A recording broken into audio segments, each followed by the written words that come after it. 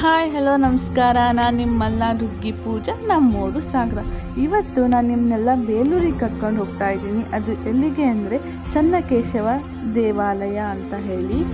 ಇದು ಭಾರತ ಕರ್ನಾಟಕ ರಾಜ್ಯದ ಹಾಸನ ಜಿಲ್ಲೆಯಲ್ಲಿ ಬರುತ್ತೆ. 12ನೇ ಶತಮಾನದಲ್ಲಿ ಹಿಂದೂ ದೇವಾಲಯನಾಗಿ ನಿರ್ಮಿಸಲಾಗಿದೆ.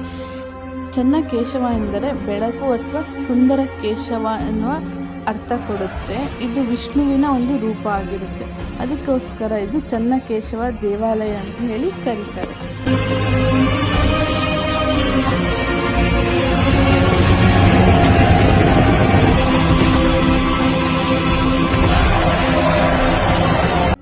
ಬೇಲೂರನ್ನು ಅಹಿಕ ವೈಕುಂಠ ಅಥವಾ ವಿಷ್ಣುವಿನ ನಿವಾಸ ಮತ್ತು ದಕ್ಷಿಣ ವಾರಾಣಸಿ ಎಂದು ಕರೆಯಲಾಗುತ್ತದೆ, ಅಥವಾ ಇದನ್ನು ಹಿಂದೂಗಳ ದಕ್ಷಿಣ ಪವಿತ್ರ ನಗರ ಎಂದು ಉಲ್ಲೇಖಿಸಲಾಗಿದೆ.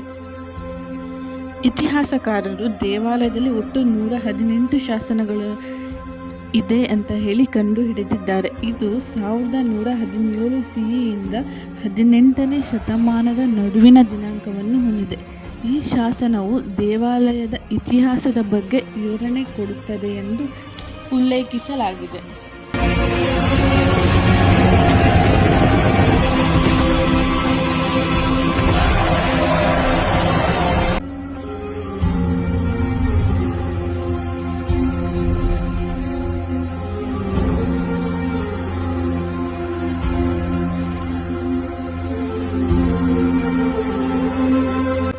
ನೋಡಿದ್ರಲ್ವ, ಬೇಲೂರು ಚೆನ್ನಾಗಿತ್ತು ಅನಿಸ್ತಾ? ನನಗಂತೂ ತುಂಬ ಖುಷಿಯಾಯಿತು ಹೋಗಿ. ತುಂಬ ಚೆನ್ನಾಗಿತ್ತು. ಆ್ಯಕ್ಚುಲಿ ಮನಸ್ಸಿಗೆ ನೆಮ್ಮದಿ ಅನಿಸ್ತು. ಐ ಹೋಪ್ ಈ ವಿಡಿಯೋ ನಿಮಗೆ ಇಷ್ಟ ಆಗಿದೆ ಅಂದ್ಕೊತೀನಿ. ಇಷ್ಟ ಆದರೆ ಲೈಕ್ ಮಾಡಿ, ಶೇರ್ ಮಾಡಿ, ಸಬ್ಸ್ಕ್ರೈಬ್ ಮಾಡಿ. Thank you.